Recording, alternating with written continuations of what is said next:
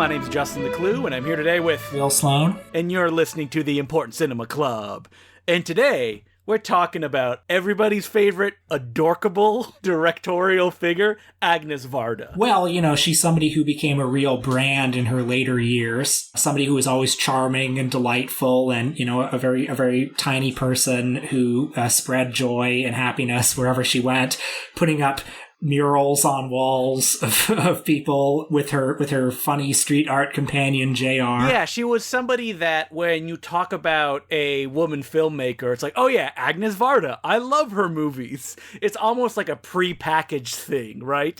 There was nothing in her later years threatening when people talked about her, which is not necessarily the case about her earlier films, because she was always a figure that followed her own passions and made films that were never aiming to be commercial in the way that some of the other French filmmakers around the time that she started did. First of all, I should say that this is one of those filmmakers we sometimes do who has a very big and passionate following and whose work I have only a casual acquaintanceship with.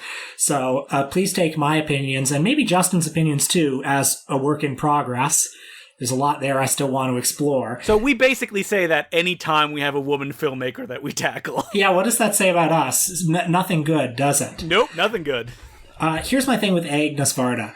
Obviously, undeniably a force for good in the world. When I saw Faces Places, which was a very celebrated movie a few years ago, everyone found it very wonderful. I honestly found it a bit annoying. Why is that, Will? It sounds like saying that you find puppies annoying or chocolate annoying. It's such an obviously charming and, you know, twee movie about this intergenerational friendship and about spreading joy across the land by, you know, doing street art. It seemed very twee to me. I don't know, maybe I'm just a jerk. Maybe I'm just the Grinch. It's been a while since I've seen it. Diving into her work a little more this week, I think there's a side of Varda that is exuberant and wacky and full of wit, and there's a side of her that is angry and hard-edged, and her films seem to swing pendulously across this spectrum. And I think that near the end of her career, that kind of angry filmmaking is something that she maybe just didn't have the energy to do anymore. When she made Faces Places, she was in her late 80s. Yeah, and she also became sort of like the anti-Godard, you know? I mean, you can see it illustrated in that scene in Faces Places where they go to visit him and he doesn't come out, or he's off, and he sort of insults her. She was a very accessible figure, somebody who was very eager to communicate and reach younger audiences and make herself available, which is obviously another reason why she became so beloved later in life. Anyway, I think after looking at her work this week, I perhaps gravitate more towards the harder-edged movies like Vagabond, for instance, but the emotions in most of her movies are never simple, and it is very much a spectrum, I think, of those two sides. You know, one is not ever completely absent from the other. Well, I think that out of all of the filmmakers that came out of the French New Wave, and we should note, yes, we know she was not part of the French New Wave. She was part of the Left Bank, which was a bunch of filmmakers that came out before Godard and Truffaut and Rivette and Chabrol could advertise themselves in their own magazines. Yeah. She made her first film, La Pointe Courte, much earlier than them, and she never got the acclaim that they got. But with her second film, Cleo de 5 à 7, she suddenly got all the attention because she had an object like Breathless that felt different. And throughout her career, I think that more than anybody else, she, like you said, is the anti-Godard. She was never interested in making conventionally narrative films like someone along the lines of Chabrol or Truffaut did. She was always interested in experimentation and kind of pushing the medium as far as it could go, and for it to express her own artistic interests, which were very wide and varied. Like, she started as a photographer before she became a filmmaker. Well, you mentioned she's the anti-Godard, and probably a lot of that has to do with the fact that her work is, I think, generally more accessible than his. She's not obscurantist. I think a lot of what she's saying is very much out in the open, but also the fact that she is a woman in such a male-dominated filmmaking community. Godard's movies have a lot of what might be termed toxic masculinity in them. And her films are very much from the perspective of and about the experiences of women. But I think she's also a structuralist experimenter with her movies. Like you mentioned Vagabond, that one does not have a structure of any kind of even normal narrative art film. And she's always pushing the limits of what a movie can be, whether it's the way that documentary elements infect the picture that she's telling, which is evident all the way at Cleo de 5 à 7, which you have this character who is waiting for a medical diagnosis and is dealing with, well, am I going to die? What does life mean? And she's walking around this Paris that is completely captured off the cuff. Yeah, Cleo from 5 to 7 from 1962, it's a movie that was greenlit after the success of Breathless, and it offers some of the same excitements that Breathless has. Like Breathless, there's this sense of a young filmmaker excited with the possibilities of the medium.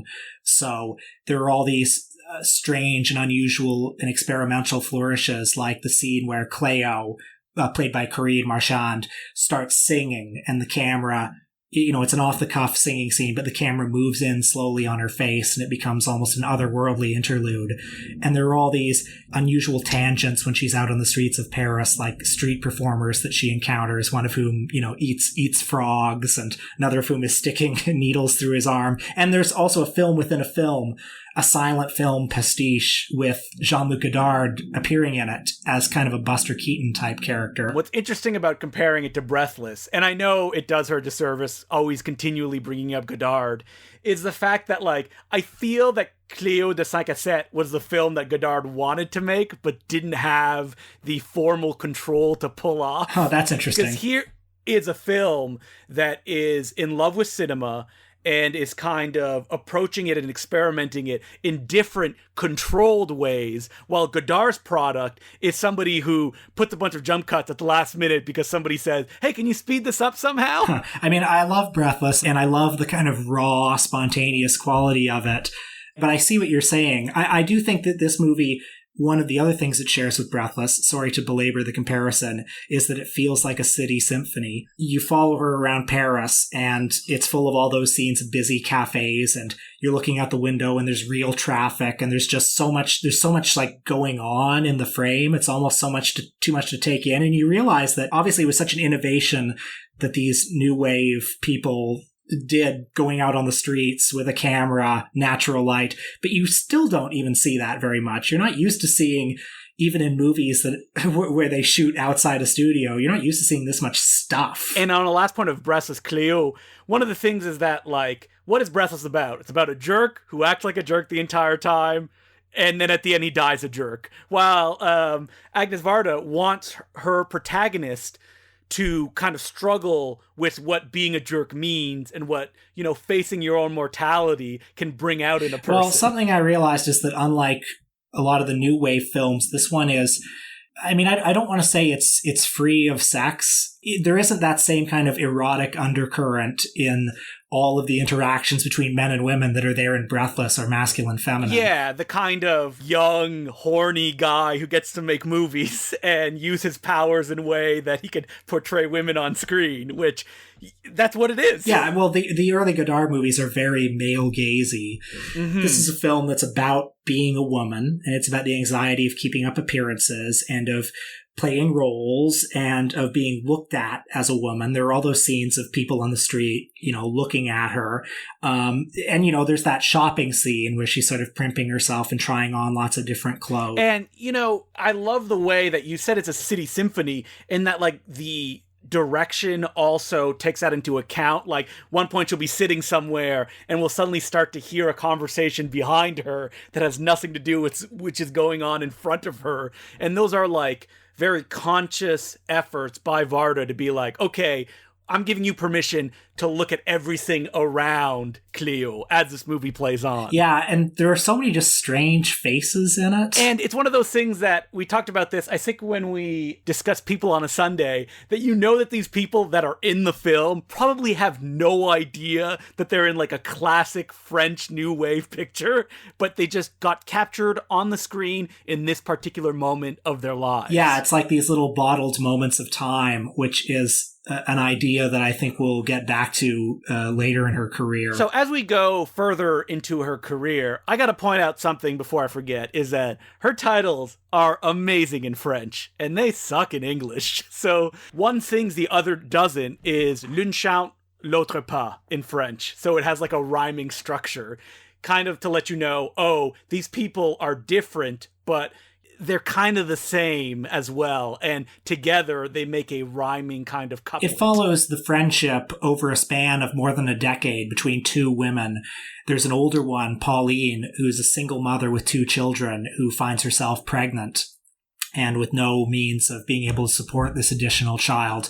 And there's a younger one, Suzanne, who's a high school student when we first encounter her, who seeks to raise the money for her illegal abortion. We meet up with these characters many years later when Suzanne is an adult. Suzanne has become a traveling pop singer. Pauline lives in the country with her children, working on a farm.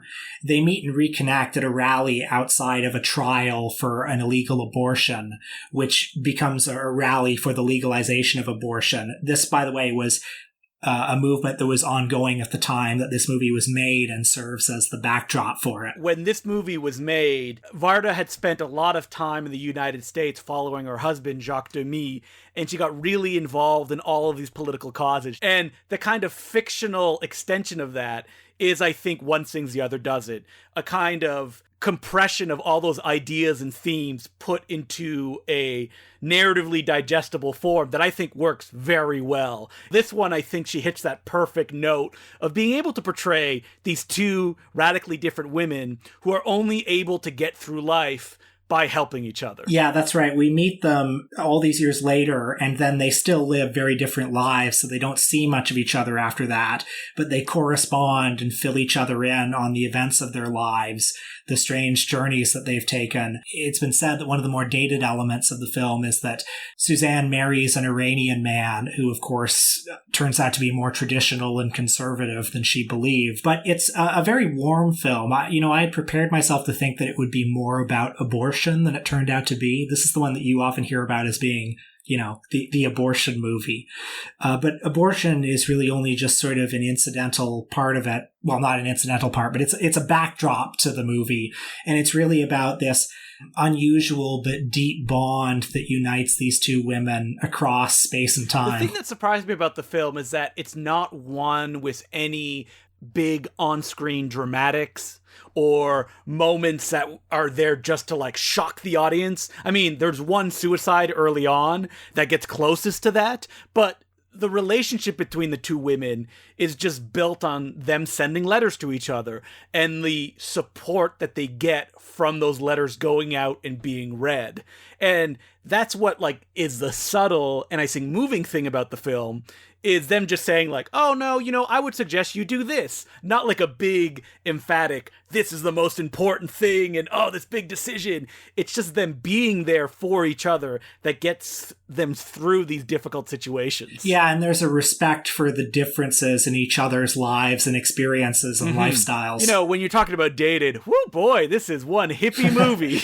but charmingly so. It's visually very, very beautiful, and who doesn't like hanging around with some hippies? Well, I mean, in real life, no way. I'm a starchy blue-collar dude. You're right. They smell very bad.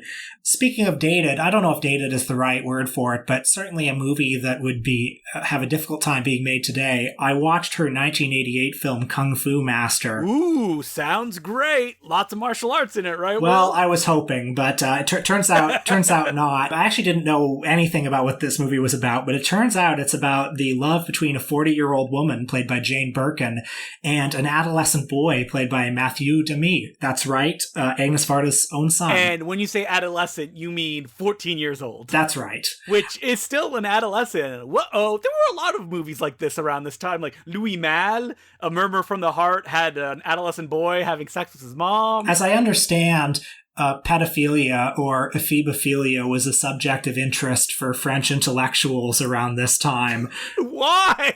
I don't know why. Although, frankly, it was probably also a subject of interest for American intellectuals, too, when you consider that, Woody Allen's Manhattan. Yeah, and even, a few years ago, That's My Boy. Well, probably the best film of this subgenre of pro-pedophilia movies. Oh, God. But I did like Kung Fu Master, as strange and uncomfortable as it was. I mean, it would be a much different experience if the genders were reversed, of course. Mm-hmm. I appreciated that it was a movie that aimed for something difficult, and it works because of the acting and because of the ambiguity and because of the fact that it never really gets into sex. And the title Kung Fu Master is because the kid loves to play the Kung Fu video game. That's right, which leads to a couple of neat little weird interludes where you see him fighting like he's a side-scrolling video game character. So there is some Kung Fu in the movie. And we both watch Vagabond, which is the broken mirror image of one sings the other doesn't, where I've read in interviews Varda has said that she believes that feminism can only work if women collaborate together, and that all alone that those goals cannot be achieved. And you have that in some form in Vagabond, which is about a young woman who just goes out on the world, she wants to be free, and she wants no responsibilities. It's a difficult movie, actually, because the idea of going out into the world and being free and having no responsibilities is sort of a romantic idea.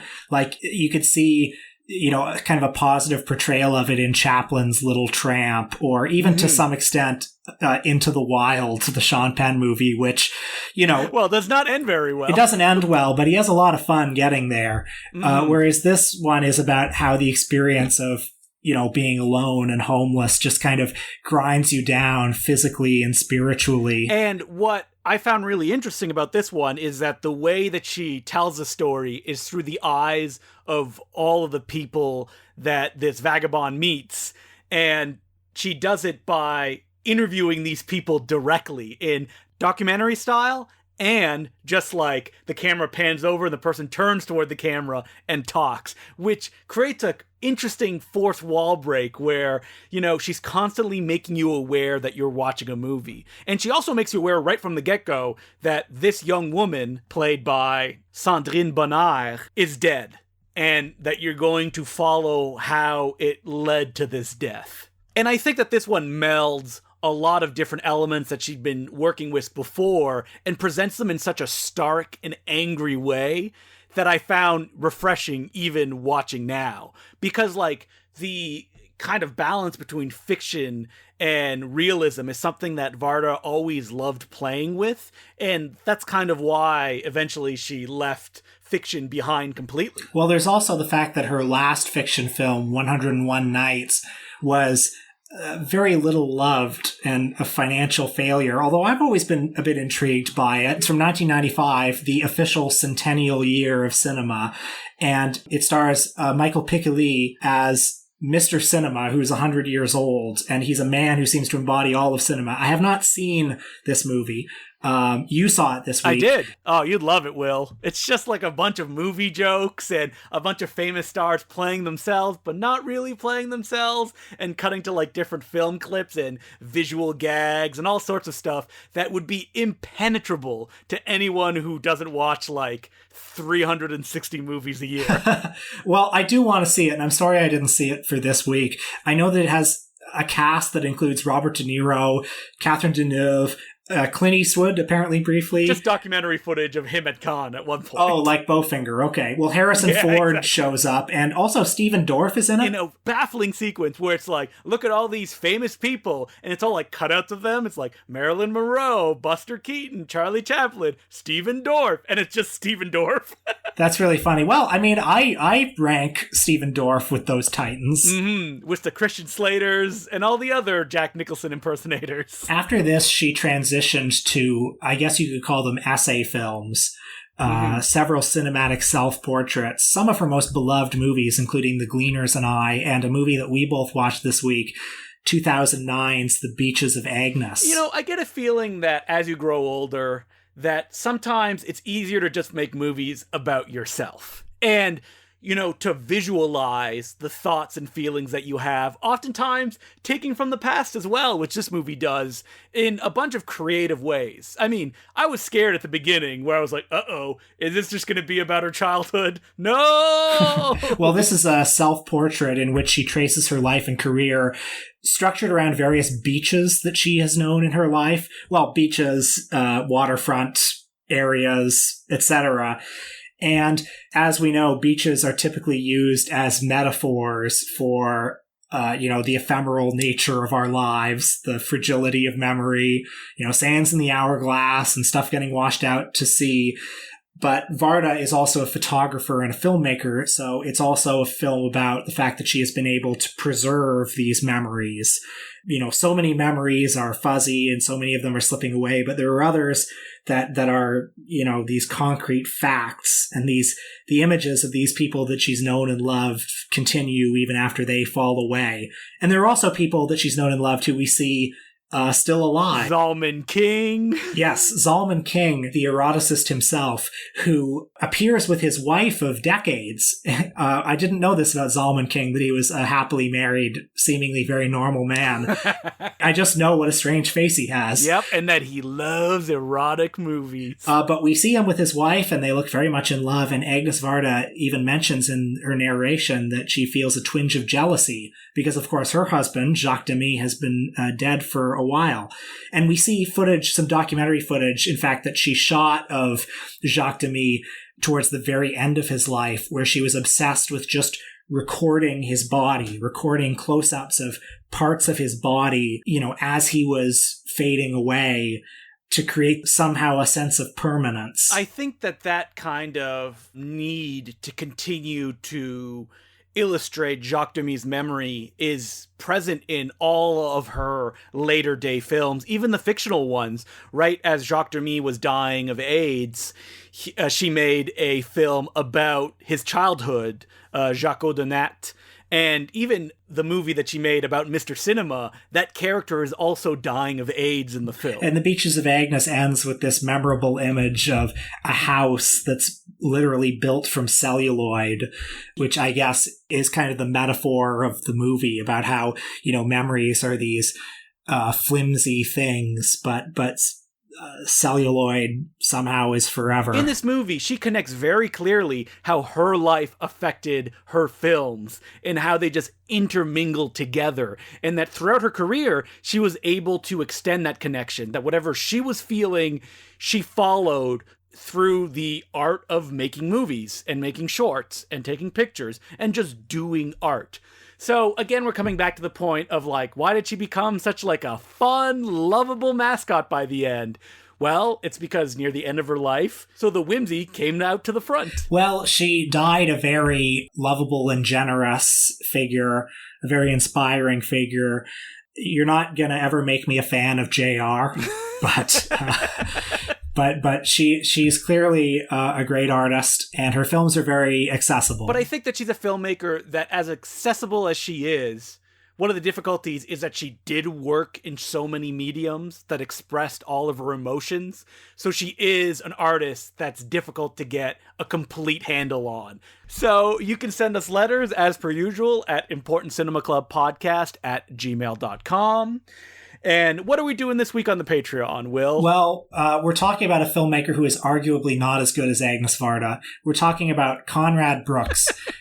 Who is Conrad Brooks, you ask? He was one of Ed Wood's drinking buddies and actors who, when Ed Wood became popular in the 90s, Conrad Brooks started making his own movies, trying to ride on his dead friend's coattails. And we watched his definitive statement, 1999's Jan Gell, The Beast from the East. And for loyal listeners of this podcast, Conrad Brooks is not to be confused with Kelton the Cop, who was a completely different actor that appeared in Ed Wood films. Yes, and it's shameful if you confuse those two. They're very, very different. So to hear the dirt on Conrad Brooks himself, it's $5 a month at patreon.com/theimportantcinemaclub and get the whole back catalog and hang out with us as you sit at home wondering when the world will collapse upon itself.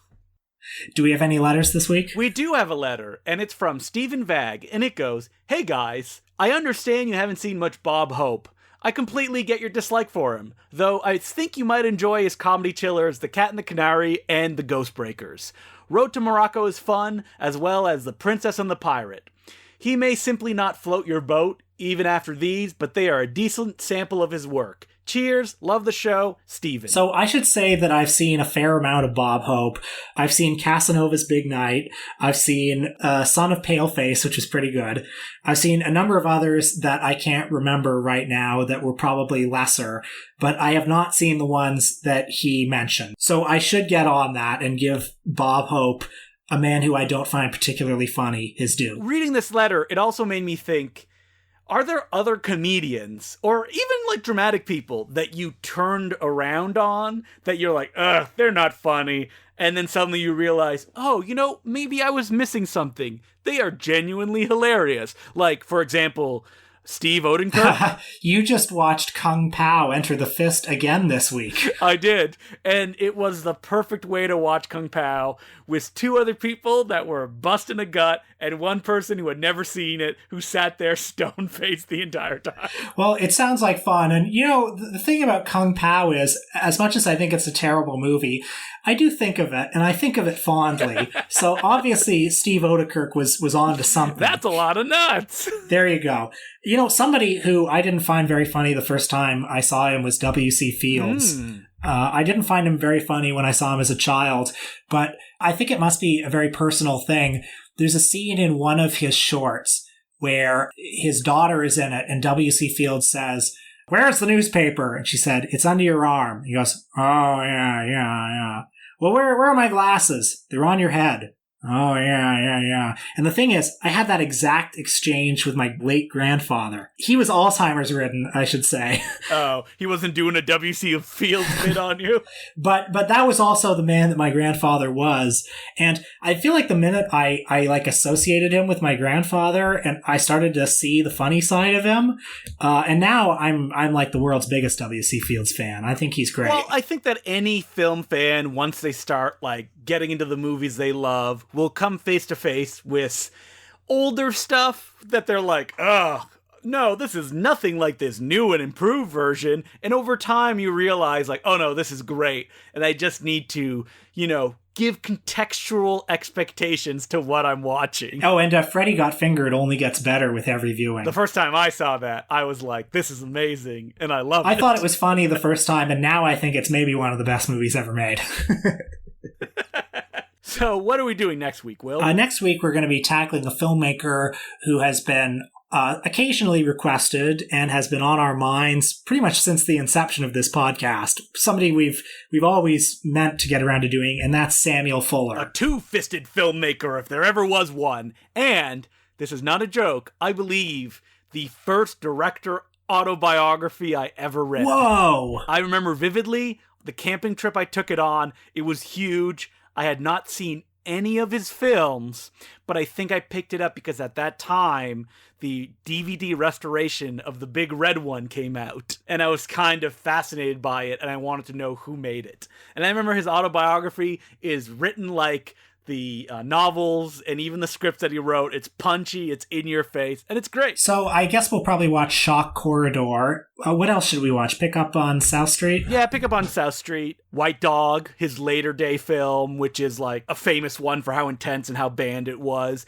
And the fact that he was just a go-getter that still somehow found a way to work in the studio system. I'm tempted to watch Return to Salem's Lot, which he's in. No, but we watched it for a Larry Cohen episode, Will. You don't need to watch it again. I mean, have you seen Park Row, the newspaper one? No, but I saw that amazing clip you posted. Yeah, he considered one of his most personal films and his favorite that he ever made. So there's a lot, and I'm excited to finally dive into his filmography in a way that I haven't really done ever for some weird reason. So that's what we're doing next week. And until then, my name is Justin Cleo. I'm Will Sloan. Thanks for listening.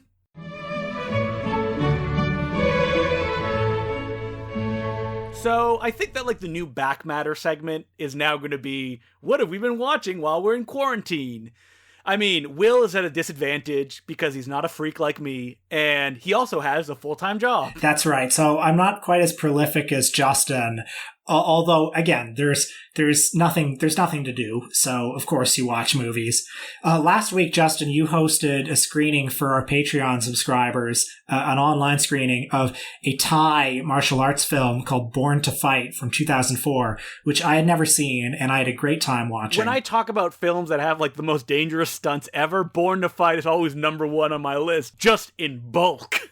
Like, when you watch that movie, it is impossible for your jaw not to drop to the floor, including a stunt where, like, an inch difference and a stuntman would have died on it. Yeah, I guess we can say what the stunt is, because there's really no spoiling it. People are fighting on top of two trucks, and a stuntman falls off one of them. These are two moving trucks, and he almost gets his head run over by a tire. Yeah, in one long take, you see him bounce off one truck, land on the ground, and the tire is an inch from hitting his head as he rolls out of frame. Incredible.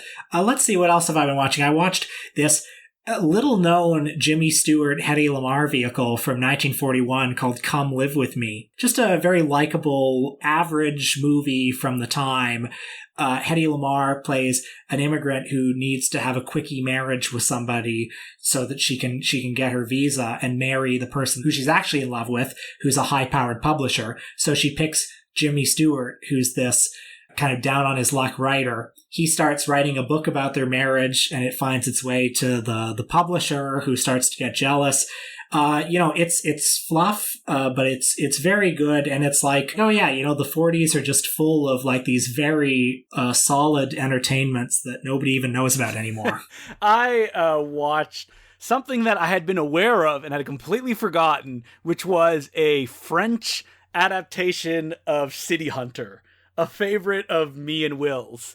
And what's shocking about the movie is it might as well have been directed by Wong Jing. It has all the same elements, but they're just in like a slick French package. And it's about a guy who's obsessed with women's butts and breasts, and he's also a detective.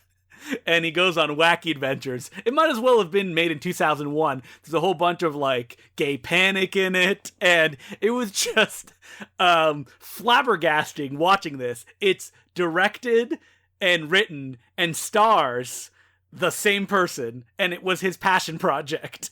And I was like befuddled by this and why he would adapt a Japanese manga and anime series.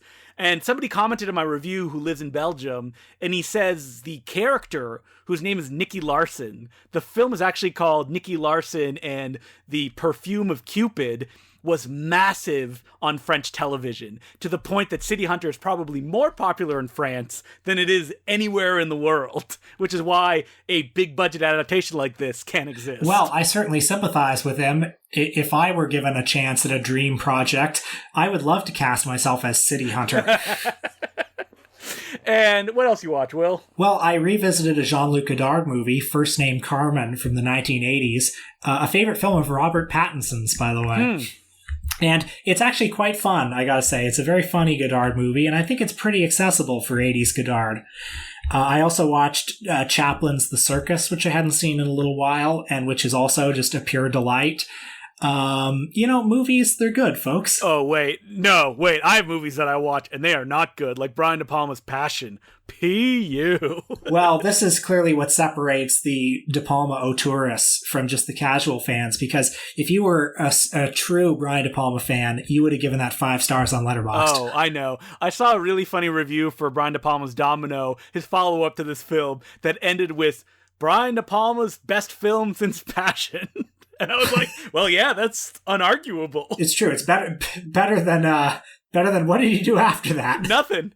Just that movie. So it is automatically the best film that Brian De Palma made since Passion. I started watching Domino and didn't finish it. No, people who have finished it said it's not worth it. Have you been watching any movies with friends? Like doing Zoom calls and stuff like that, Will? A week or two ago, some friends and I did a Netflix party. Have you seen that app? Netflix Party, where you basically have a chat room at the side of the screen. Mm-hmm. So we watched Austin Powers, and the movie's a delight. I don't know if there is a perfect way to watch movies virtually with people yet. The way that I've been doing it, there's a few websites, like the one we used on Patreon, that's okay. And if it's like your good pals, open a Google Hangout screen and put them on it.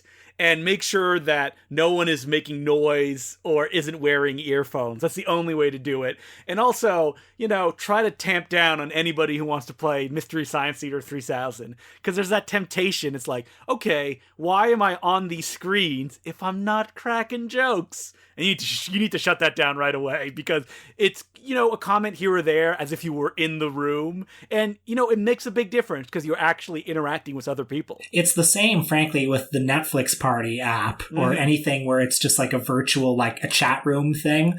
There is that temptation of like, I want them to know I'm still here. Oh, was your face not on? Like it wasn't a webcam, it was just chatting?